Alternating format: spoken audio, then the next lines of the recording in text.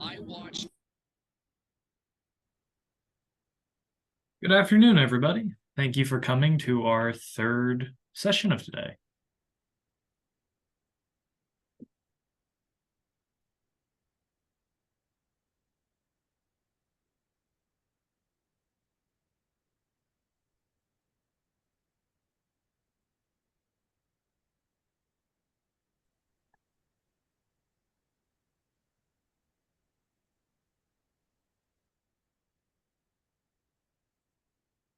Right.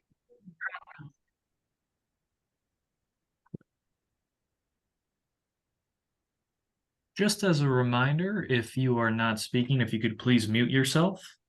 Um, the presentation given today, you have been invited to unmute and ask questions at any point during, so feel free to do that. Or if you don't want to do that, put something in chat. You can send a message to Lindsay or I, and we'll ask it. But yeah, Lindsay, how many people do we have still in the waiting room? Everybody is in the meeting. Okay. Well, then, since I know, we all have very busy time frames, I'll just start with some introductions, and then George, are you ready to begin? Yeah, I'm not that busy. It's okay. Okay. I'm a professor. Everyone here has real jobs. All right. Well, I don't think I can do any better than that introduction right there, but thank you all for coming today for the Survey Design and Administration conference session as part of PFAT. Today, our lecturer will be George Lecturer. Sorry, I've had George as a professor before, and that's coming to surface. Today, George Homsy will be presenting. George Homsy is an associate professor who has a joint appointment in the Public Administration Department and the Environmental Studies program at Binghamton University.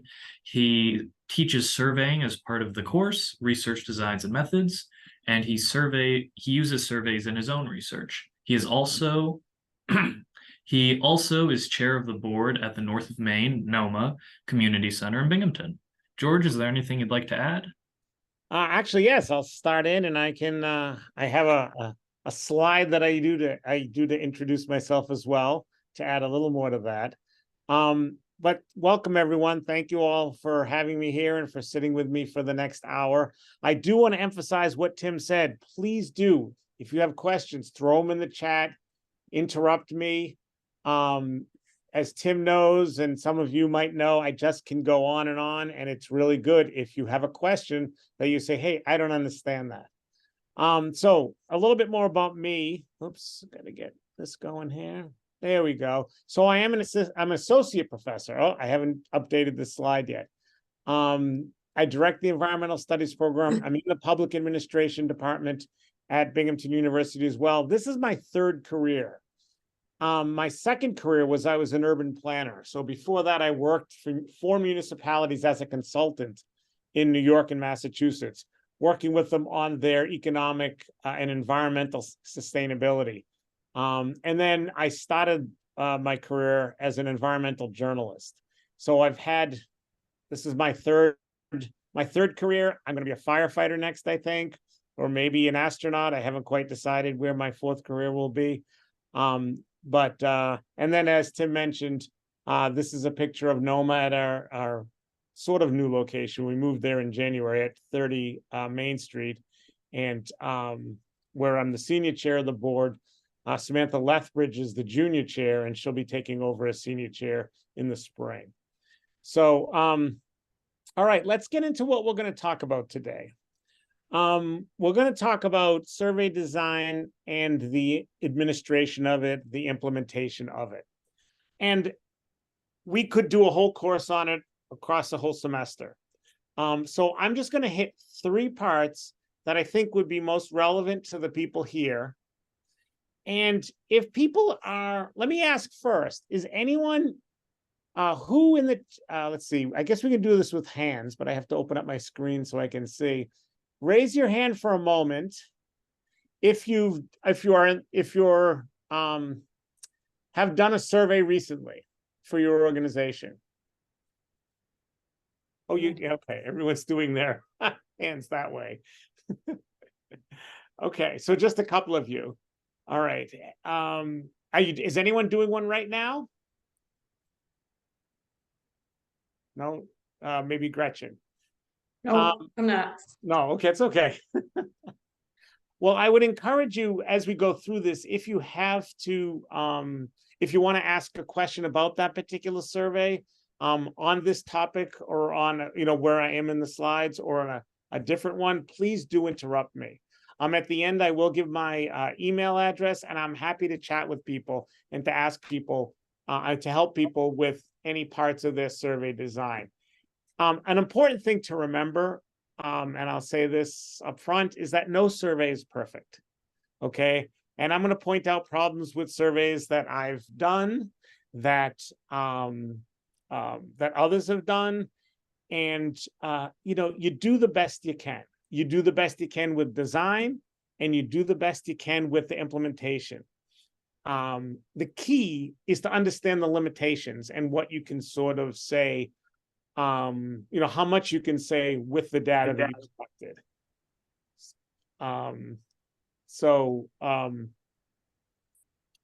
I would, so just keep that kind of thing in mind. So when do you want to do a survey?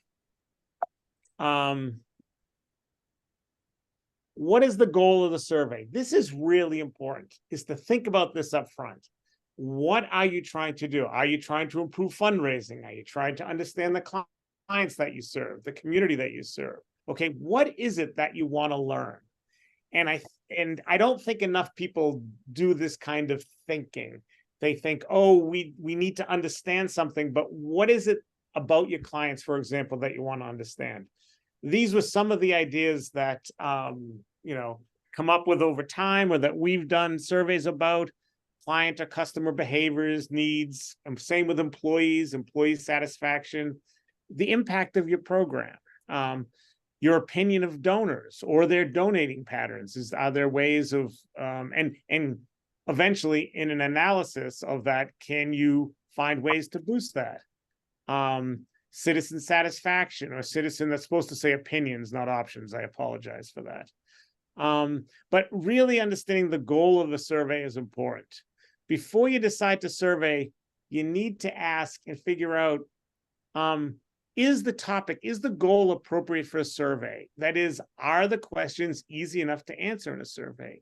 Can you get what you want to get out of a survey?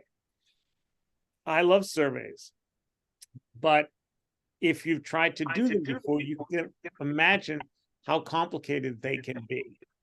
And so I think that this is an important thing to think about, and there might be other ways to get the answers you need. You also have to think about communication issues, language, access to technology. Sometimes a survey is not the best way to get to the people that you want to get to. Is the information available elsewhere? In our small area, aside from census data, often it's not, especially if we're looking at a particular, our clients or our donor base or something like that. But do think hard about that. Can you get the information in a different way that's less costly, less time consuming than doing a survey? And this is really important. Will the information lead to action or to an understanding? Hold on. Sorry, I had my heat on and I'm starting to get hot now. I either freeze or I get hot in this office. So this last point about, it really is about, is the information useful? In the public administration department at the university, we do every few years a survey of BC Transit riders. And they use it as a customer satisfaction survey. They test some issues, things like that. The time that I did it for them, they had a question on there about whether or not the seats were comfortable. And I was going through it with them, and they'd had this question on for a long time. And I said, are you going to change the seats? He said, no. I said, then why are we asking the question? It's not an actionable thing. So we need to make sure that the questions that we ask can lead to a useful understanding or a useful piece of action. I'm a data nerd. I love data, but we're not collecting data for the sake of collecting data. It has to be really useful. this is another big problem, and we'll see some examples of this in a second, a little bit later. But can people tell you what you want to know in this survey? And this has a lot to do with the questions that you ask as well as the survey overall. The information that you want generally might not well be known by the respondents. The example I use here, and I could ask this of all of you, does anyone know how many grams of trans fat you eat in a typical day? I have no idea. I mean, we ask some questions which we think people will know. You know, do you know how much money you make in a year? Some people actually don't. I mean, if you think about it, unless you just negotiated your salary, or if you sit there and do the math times your weekly, your biweekly, or your monthly take home, you don't actually think about these kinds of things. And I'll show some other examples of this too, but, you know, often we see people asking, what kinds of stores do you think downtown could use to boost economic development? Well, your average citizen doesn't know what actually boosts economic development. You can ask them, what would they go to? What kind of restaurants do they like? But you have to ask the questions that people can answer. And I put 4 stars by this one because I see survey after survey where people are asking questions where the survey asks questions that people just, you know, they can't answer. And quite frankly, the information is useless because they don't study economic development. They don't study trans fat. And so unless you want to get people's opinions of how much trans fat they have, then you know, it's not a useful data. And then will they provide truthful answers? And this has a lot to do, and we won't get into it too much today, although I'm happy to talk with people either today and question and answers or after the, you know, weeks and months ahead. If they'll be people are willing to provide the information about, you know, the topic that's interesting to you. Like, will respondents honestly answer issues about illegal drug use? Maybe if they really feel it's anonymous, but, you know, sometimes the questions are, you know, are going to hit a little too close to home, or they're going to put them in jeopardy. And so you have to think about if a survey is the best way to get at this. Okay, so you've decided to do a survey and you have a goal in mind. And it's really important that you know enough about your topic. And we all think we know enough about our topic, and many of us probably do, but a lot of us don't. I mean, the surveys are not used for good. They're not good for fishing expeditions. Okay, you really need to know what you want to ask. So we just had a faculty meeting in the Department of Public Administration just this morning, and we were considering an alumni survey. And it is about the skills and you know, trying to improve the program. And I would not have asked about whether or not our students are prepared to deal with interactions with their superiors. I just wouldn't have thought about it. But we had done some for a different project.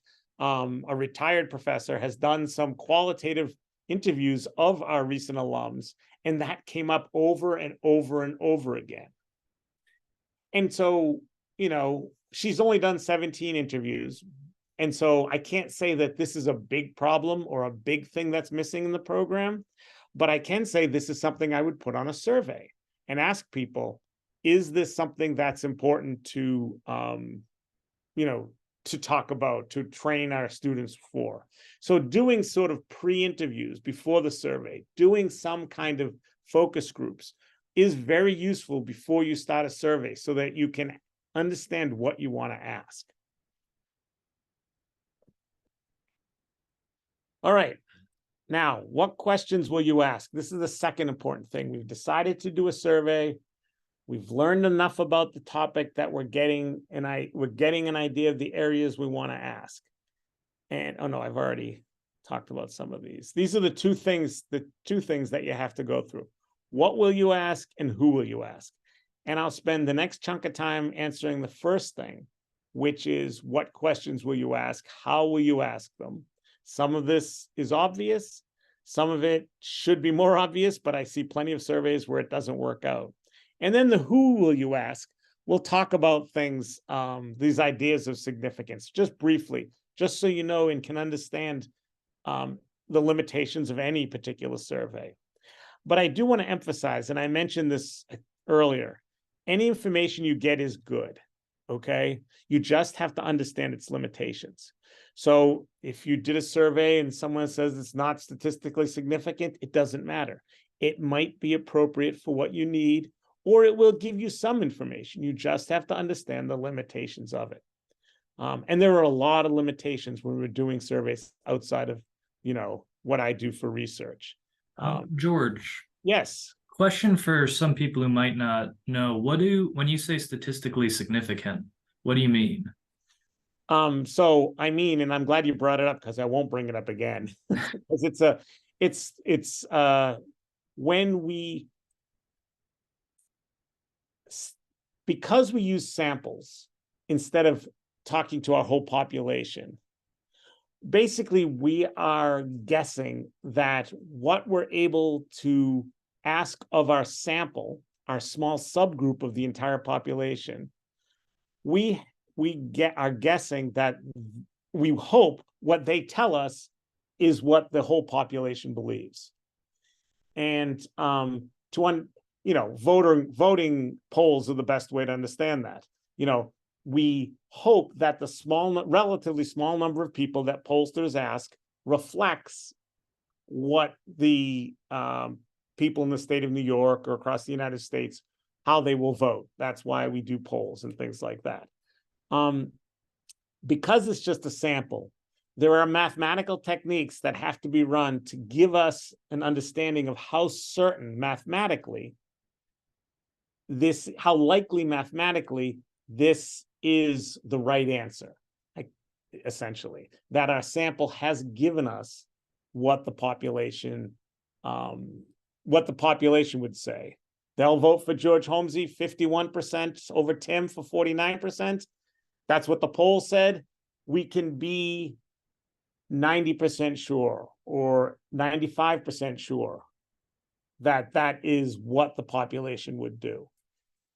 If the rest of our survey is correct too, this is just statistically, mathematically significant. There could be other issues in terms of we asked bad questions or we didn't do a good sample job and things like that. But that's what we mean by statistically significant.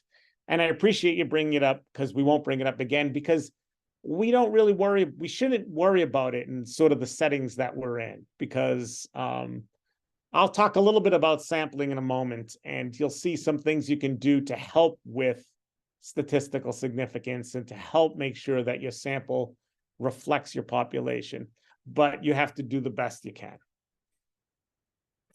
And Tim knows this stuff back and forth. He took my class. So if you have questions, he could run the numbers for you and tell you if it's statistically significant. So back to designing surveys. What are we going to ask people? Biggest thing, and one of the biggest mistakes, is you should use closed-ended questions. And I'll give an example of what that is in the next slide.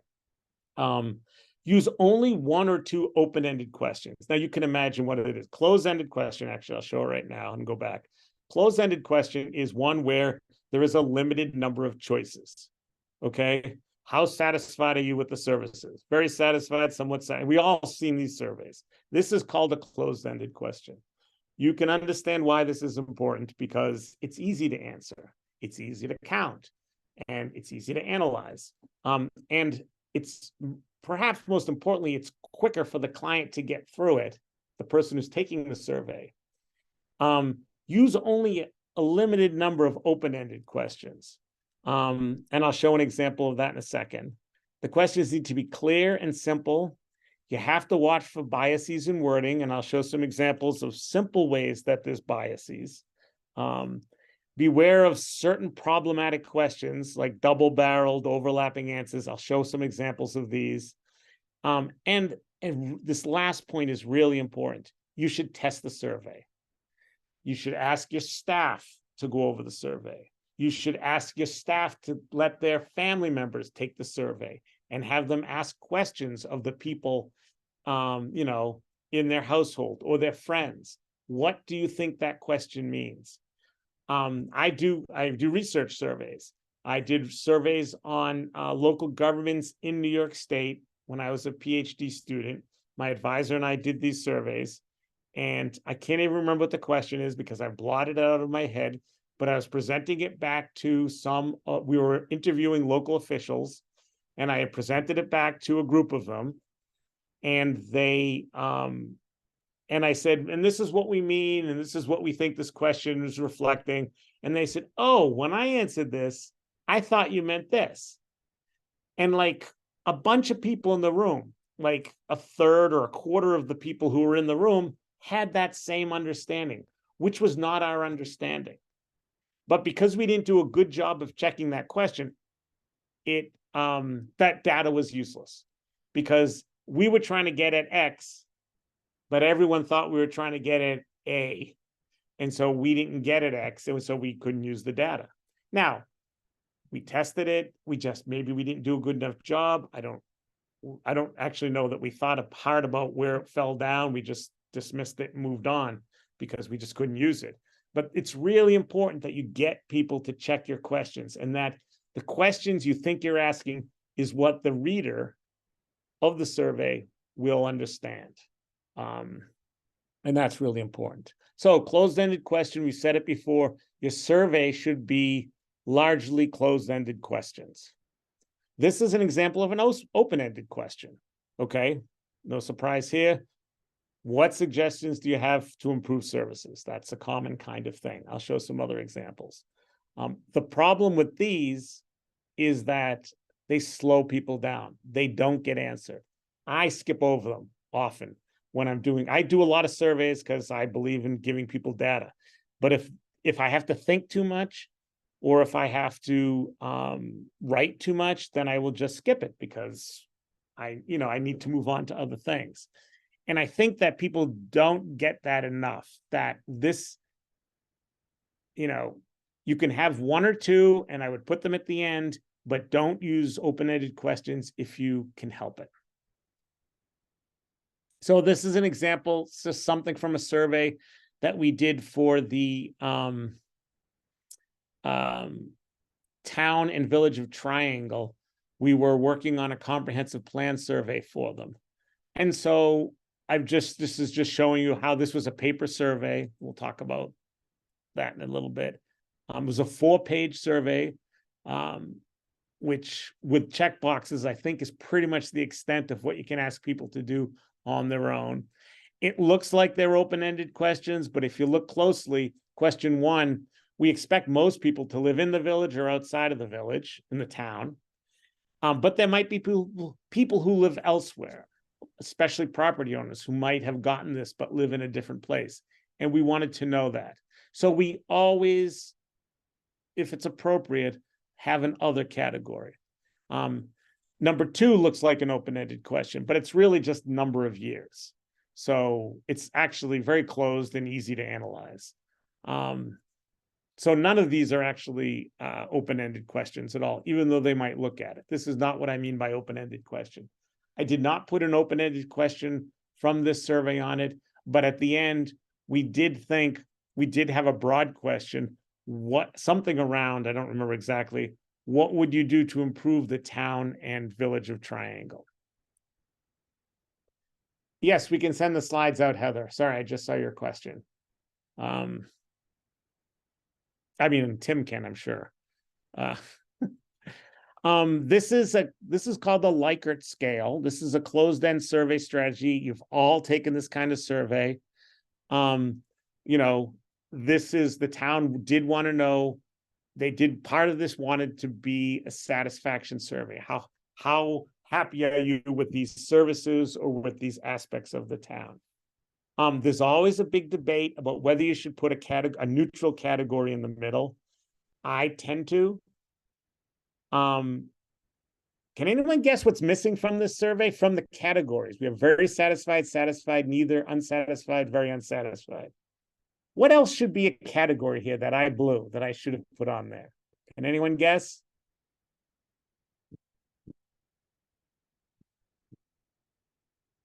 Kevin, yes, not applicable. That's exactly right. Okay, because I might never have taken part in or care about senior recreation. So why should I vote on that? I mean, I need to tell people that that's not appropriate. And I didn't do this in the survey. So you need to keep an eye on things like that. You know, asking people questions that they can answer. Doesn't apply. Yes, Kim, exactly right. So anyway, in these kinds of things, I would have 6 categories. You don't need 10 categories.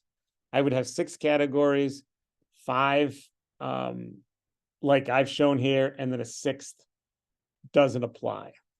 And I do use the neutral because some people might have used youth recreation, you know, but it's okay. You know, I guess if it's okay, they could be satisfied. Just as I say these words, I understand that there might be problems.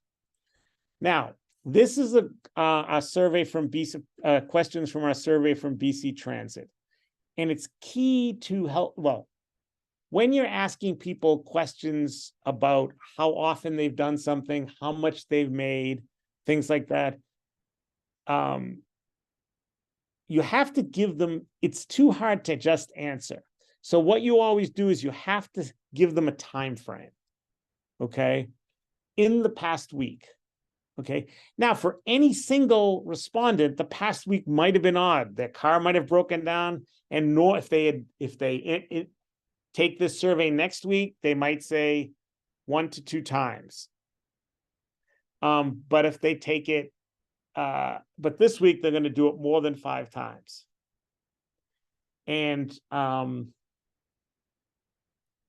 it's okay because you're doing, this is a broad analysis and you gather enough people and there'll be some oddities, but they won't be people, you know, it doesn't matter that this is a typical week for them, but it makes it easier for them to answer the questions. If you say in the past week, in the past 2 weeks, don't make it too broad, they won't be able to answer the question.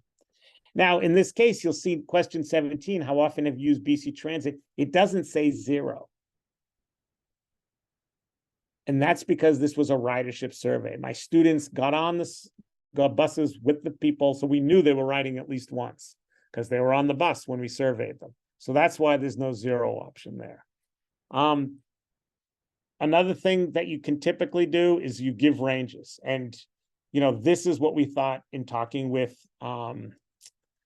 Greg, the head of BC Transit, would be appropriate ranges that would give him the information that he's interested in. You know, we talked about alternatives, the taxis. How often do people use that? Because that is a main alternative in this community. And then here, what is your annual income? What do people think about these ranges? Is there anything that strikes you about these ranges that might be different if you were doing a survey?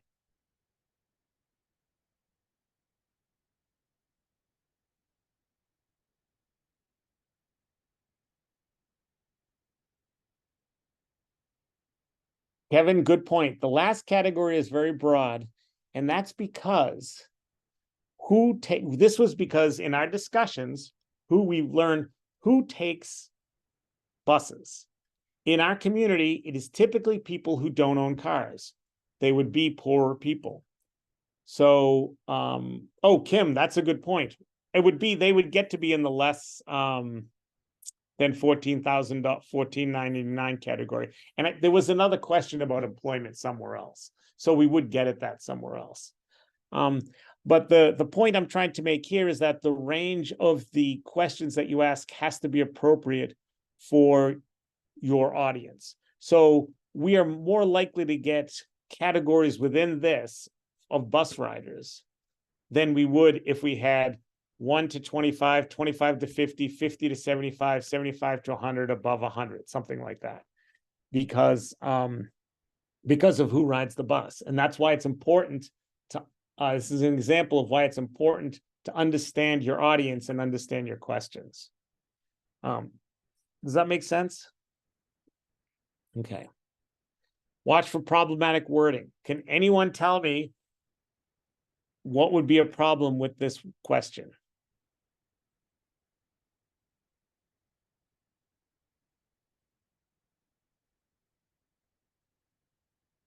I'll admit this is not as obvious as some of the political examples I used in class.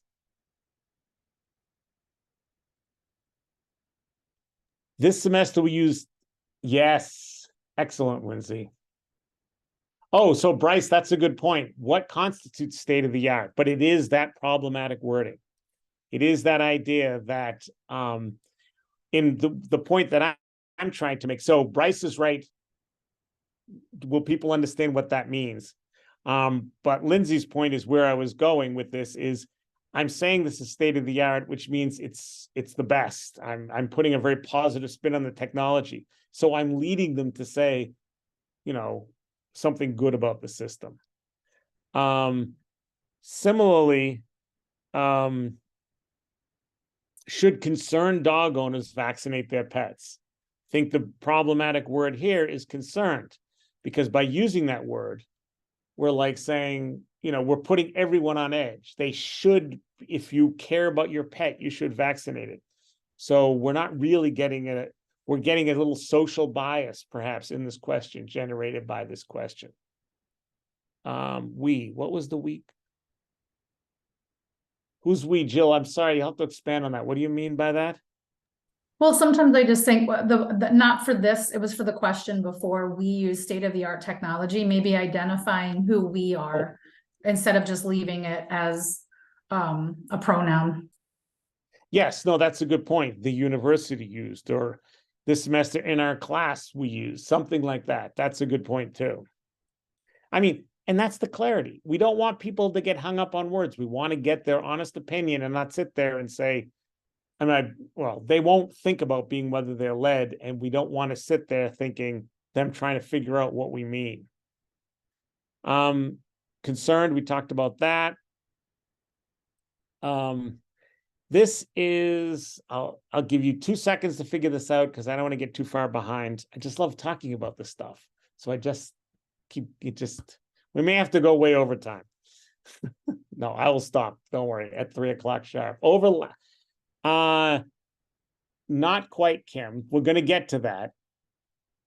Can anyone else guess? 2 separate questions. Yes, 2 questions in one. We call this a double-barreled question. Okay.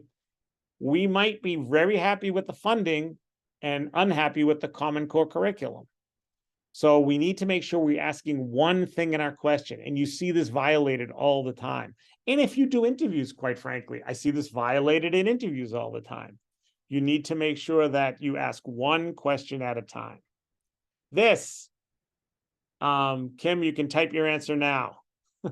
This is an overlapping response. Okay. If I'm 25 years old, I'm not, I'm 30. But if I were 25 years old, which category would I go in? The first bubble or the second bubble? Okay. This was actually from a real survey that was done in Broome County, asking, trying to boost tourism. Done by a consultant too. When I came across the survey, I thought maybe an intern in their office did this. I learned from a subsequent student who worked in the office that it was a, and I can't even remember exactly which office it was, but they hired a consultant. And I'm going to show you another survey that the university hired a consultant. Just because it's a consultant doesn't mean they know what they're doing. People make mistakes, but these are mistakes that should not be made. Okay, because this data is now useless because I mean, it's the age is very, very difficult to interpret. And question 2, I will just give away. And this was at the time, this might have been more appropriate, but you can't just have that incomplete options. There have to be other options when you ask about gender. And it could just be a simple other, prefer not to say, something like that, but there have to be other things on there. Or it could be more detailed if that information is important to you. You might not even ask about gender if that information is not important to you. You need to make sure that information is going to help you get at your understanding. We won't go through all this. This is a question, why do you use social media? The challenge here, there's a couple of them. Should you just check one or all that apply? why am I using, what are some of the terms mean? Again, getting back to the person who asked, Jill, who asked, who's we? I mean, researching what? Is it research the way professors do it, or research when I'm trying to figure out who to do in my fantasy football league? I mean, what is the difference? What am I organizing? What kind of organization? Should be an option for other in these kinds of lists, especially, and there should be a none of these apply option as well in some way. And another thing to think about is that there is always, there is order bias. Things at the top of long lists tend to be picked more frequently. Okay. So how do we get rid of that? If it's an online survey, it's pretty easy because you can just rotate when the answers pop up, which is the first choice. When it's a paper survey, or if you're doing it on the telephone, you can rotate things as well. When it's a paper survey, you can't do that. So in that case, you have to keep the lists short and maybe break questions up or ask things a different way.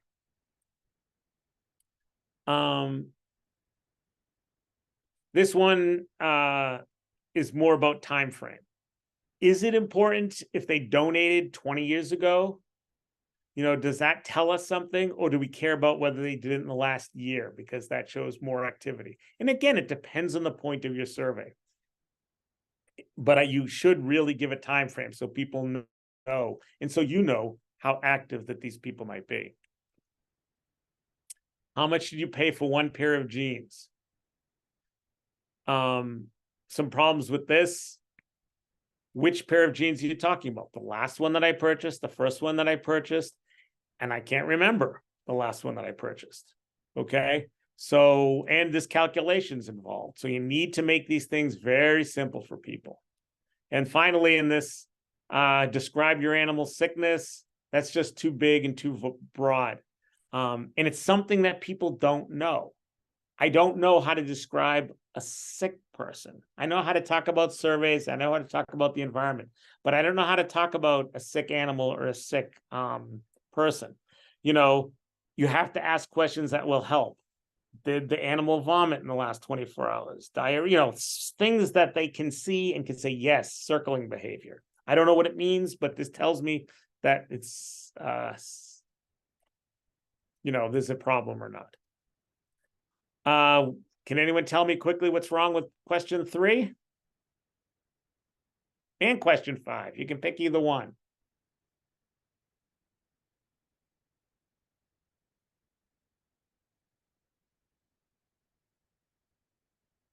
And question 3 should have given me the clue that this was done by someone who didn't live here. Perhaps didn't live in New York.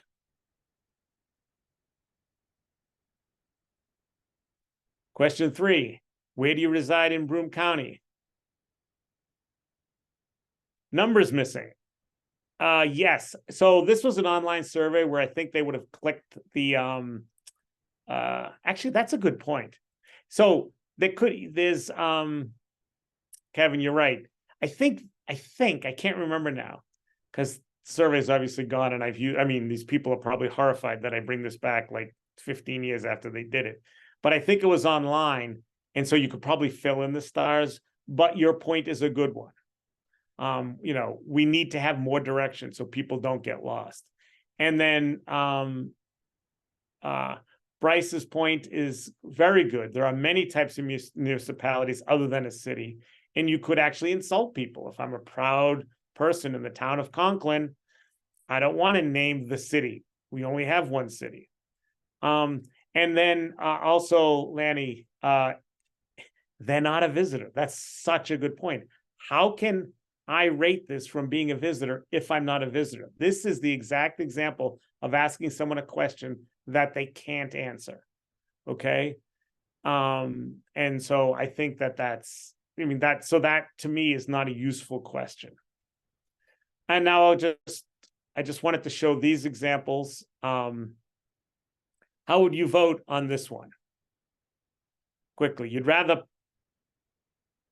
A, pay more to park close to a destination, or B, pay less and park further away from my destination? Okay.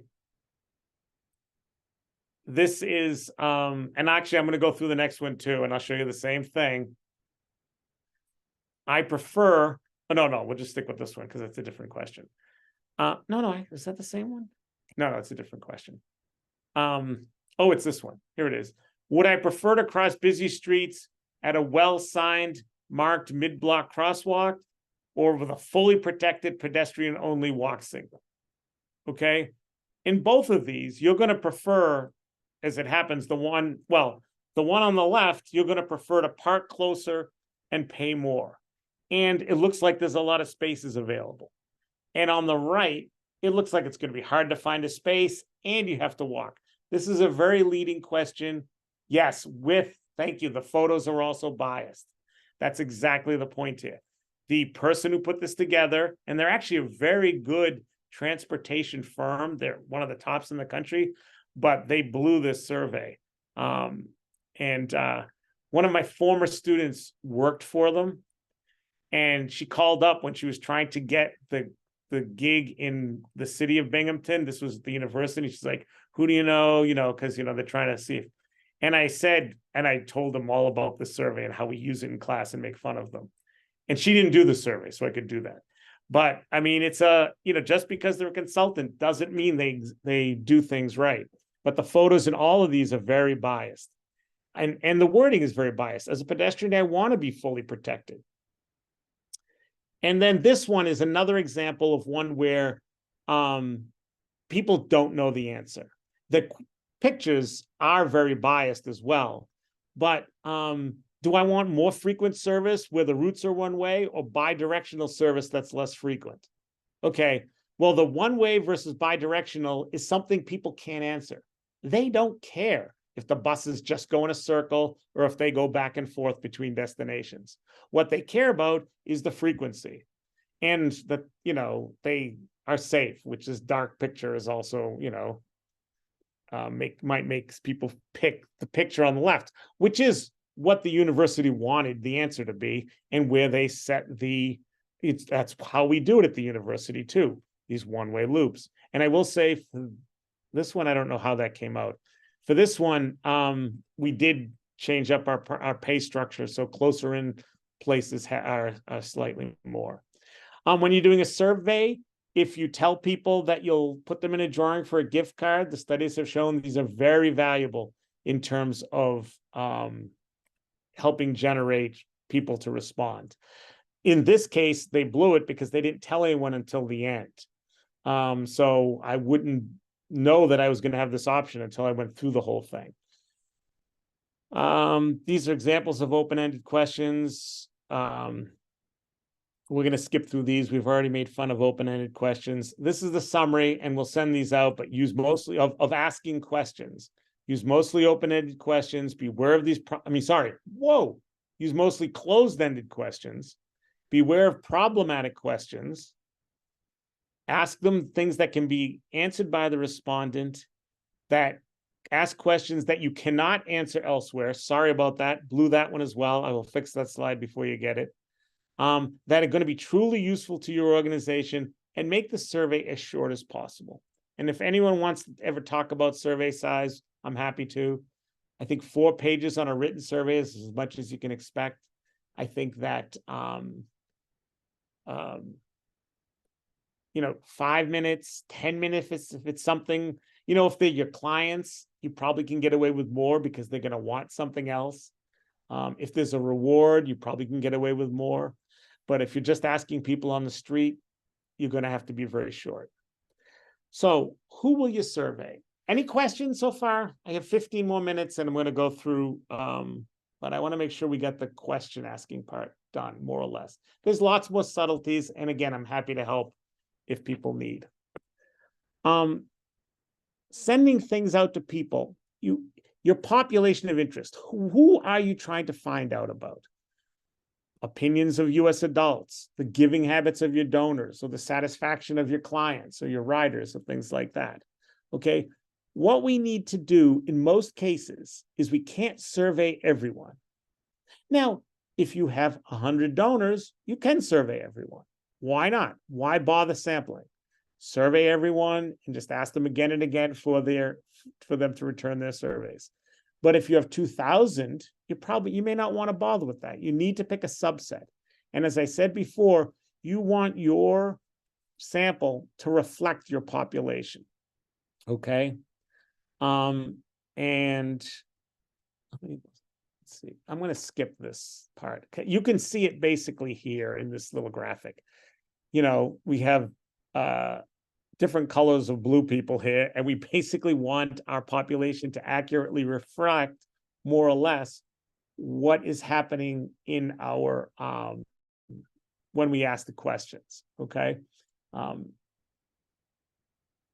you can see here in the bubbles that I use, you have the same kind of idea. Does this sample represent the population? No, because it looks like there's a majority of yellow marbles, but there's really not a majority of yellow marbles. So that doesn't really reflect the population. This sample might be more representative. There's only one yellow marble. And then the blue, and then the red and the white seem to be better distributed. And so, you know, there's this idea of, you know, does my sample in the little circle reflect my population in the white box? Okay. There's two ways to do this. I usually use random samples because I want things to be generalizable. I'm trying to build theories and things like that. Voter polls are ones that, you know, they use random samples all the time.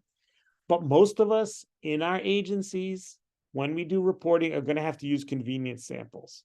We're going to start at NoMa distributing surveys at meals. I've heard of some people distributing surveys through their partners. Please fill this out.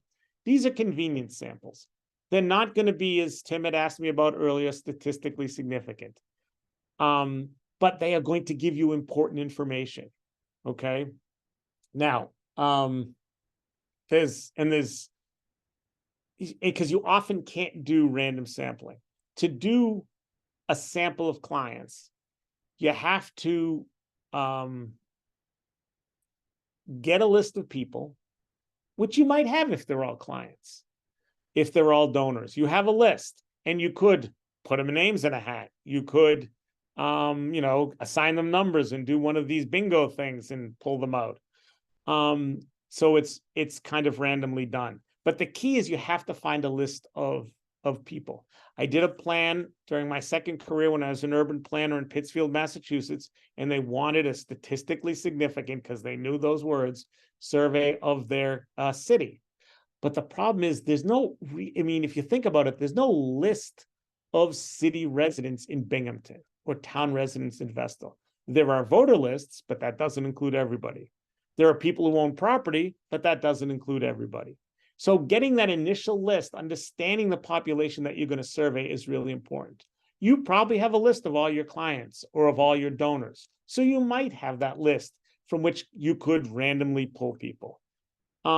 If you ever have to do this, I'm going to skip. Yeah, this is the list. You need to find that list. Okay. I could help you do this if you ever needed to, or Tim could, because he took my class, do this. And Lindsay probably could too. You weren't in my class, Lindsay, were you? No, I didn't think so, but you should be able to do this. You could do this easily in Excel, and we could help you do that. I'm not going to go through these things now about how to pick a sample. I had all these cool slides made up, but I don't want to bog us down. But the point is, you can do random samples, and Bryce says he can help as well. Bryce is the treasurer at NoMa, so I do know that he's skilled at Excel. But these are there's just different strategies within Excel itself that you can actually do the random selection from a list of names. You have a list, you could assign them random numbers using formulas, and then organize those random numbers so that you have a part of the population. This is a systematic sample. This is basically, if I have 200 people on my list and I only want to interview or survey 40 of them, well, I could just organize them alphabetically. You don't pick the top ones because there might be something different about the people at the top of the alphabet than the ones at the bottom of the alphabet. But you can go through and you can say, okay, I'll just give them each a number, 1, 2, 3, 4, 5, 1, 2, 3, 4, 5, and then we'll just interview the twos, as I did in this case. Okay, that's a systematic sample. Yeah.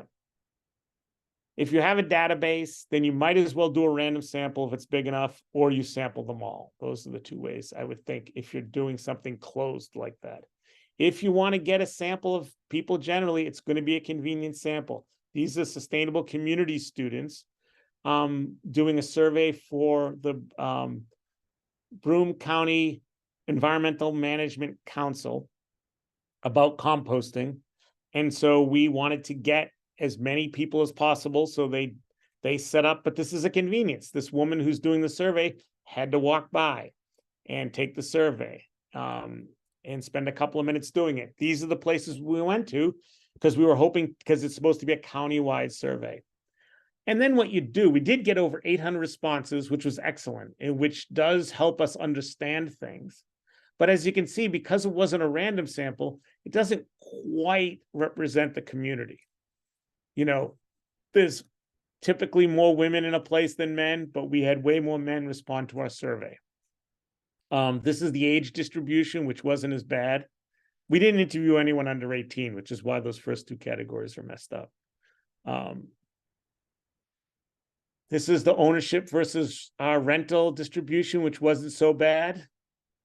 This is the racial distribution, which also wasn't so bad. But that's because we did so many and we purposely went to different places to boost our convenience sample. What I should have put here was the representation by town, but I didn't to see whether or not it was representative. The students did it. I just didn't pull it out of the report for this. This is how you might get your surveys done. What the students did essentially was an intercept interview. They walked up to them and they said, could you please fill out this survey about composting? And the interesting thing, and the reason we like random sampling better than this is because some people will say, no, I won't do your survey. And why do they do it? Could because they're too busy.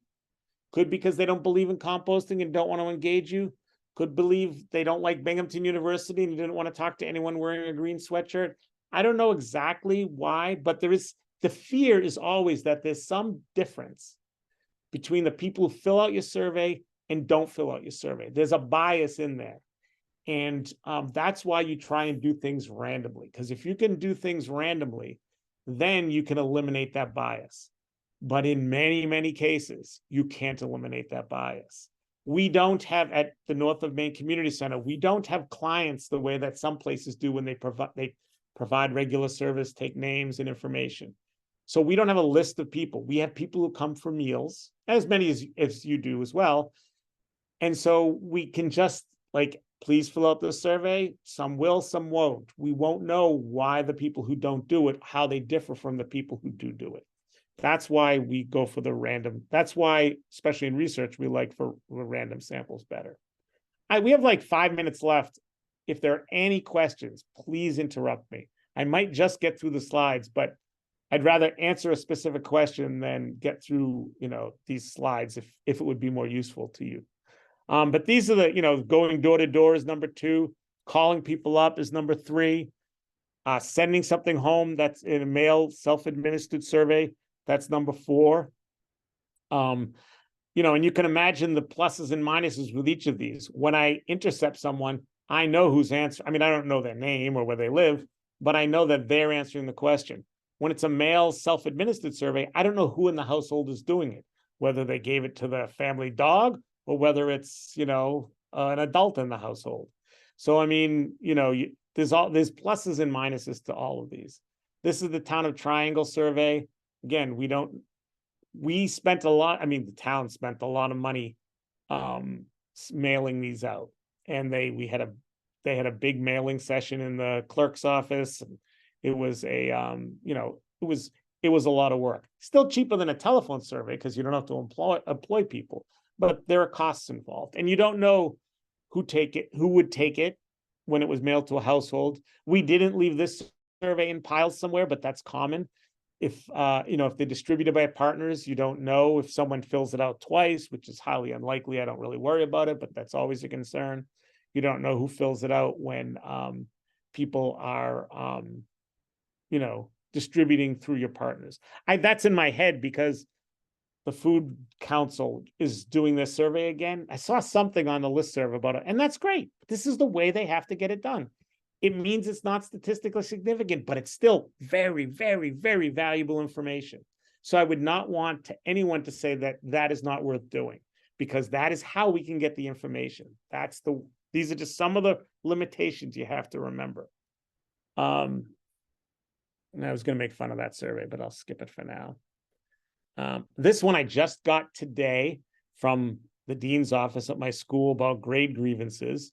And we've had zero in environmental studies grade grievances, but they didn't give me an option to say, in the second question, whether or not it says, are you generally satisfied with the way your grievance process? Well, we didn't do it. So it's also poorly written now that I read it. Anyway, you can think of these challenges when you're doing an online survey. The biggest one is, where did you get the email addresses from? Okay, do you have a list? The survey that was about Broome County visitors was around, one of the ways it was distributed was on Facebook. So you don't really know who, and for Nest and NoMa, we distributed a survey via Facebook and some other social media, and we got a bot answering a bunch of them. And so we thought we had all these great responses, and then it turned out that they were and we had to redo it and refigure it out, because we figured out at some point, one of the students figured out that it was there was a bot. Oh, that's interesting. Yeah, same thing happened. Yep. Yeah. Yeah, I mean, you got to do the best you can. I mean, I kind of want to, last 2 points in our 3 minutes. You're going to analyze these using descriptive statistics. That's common. Also look for relationships. Okay. How do different subgroups respond differently? This is really important when we're working on programming. How do they respond to the survey differently? It impacts when you're reviewing a program. Maybe people don't understand it from one group, but they understand it from another group, okay? It really helps with a nuanced picture. This is the survey we did about waste. If you belong to an environmental group in the gold color, would you be more likely to separate your compost? And the answer is yes. Not a shocker, but it lets us know that, we have an uphill battle for the no's. We can't reach them through environmental groups, maybe. I mean, it's a way of getting these things out there. We have like 2 minutes left. So think about these 4 steps. And I didn't really get into them before very much, nor was I going to. I just want to urge you to think about things in 2 ways, in more than one variable. Think about your subgroups. Think about people who answered a question this way, how they answered another question a different way. That can be very informative. Break those things down.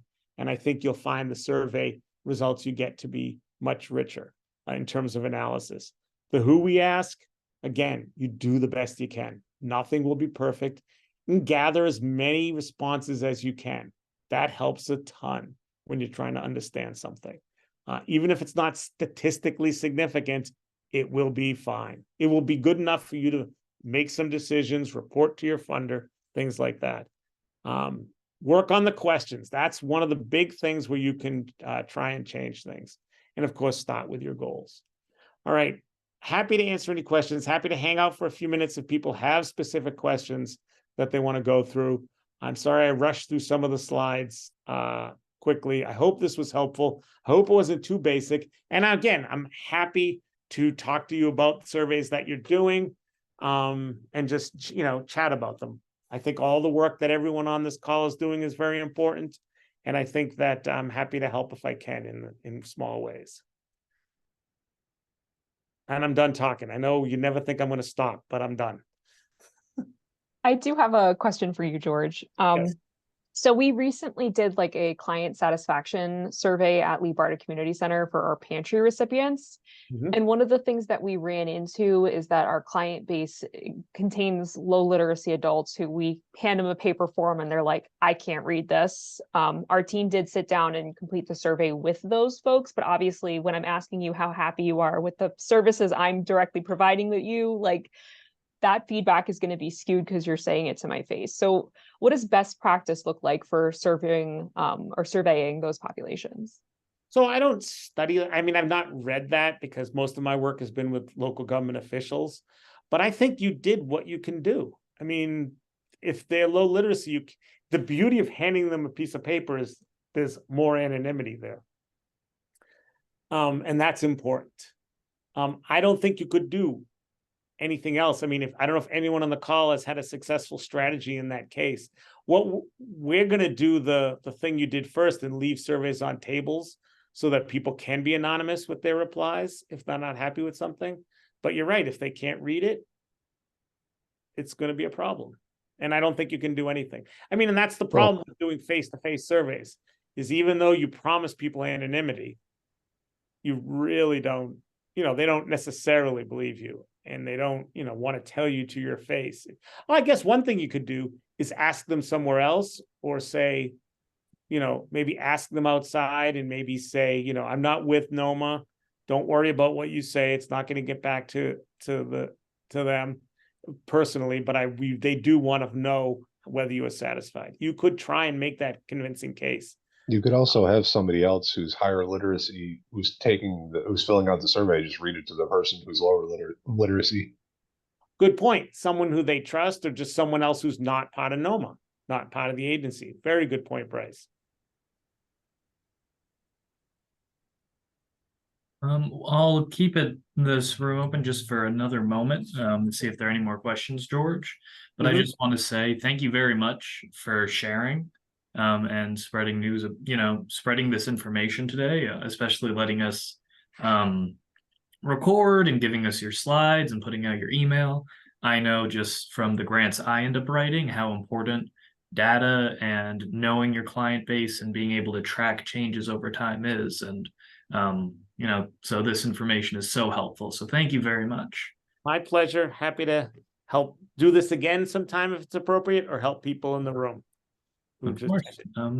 And are there any other questions? Well, then thank you for everyone. Yeah, people can always email me. So. All right. Well, then thank you again, George. Thank you for everyone for coming by. Remember, we have 4 different sessions tomorrow, of which you didn't have to register for anyone. Feel free to show up. You should all have that same link, or meet us at the beer tree from 5 to 7. But thank you again, George, and have a great day, everybody. Bye-bye.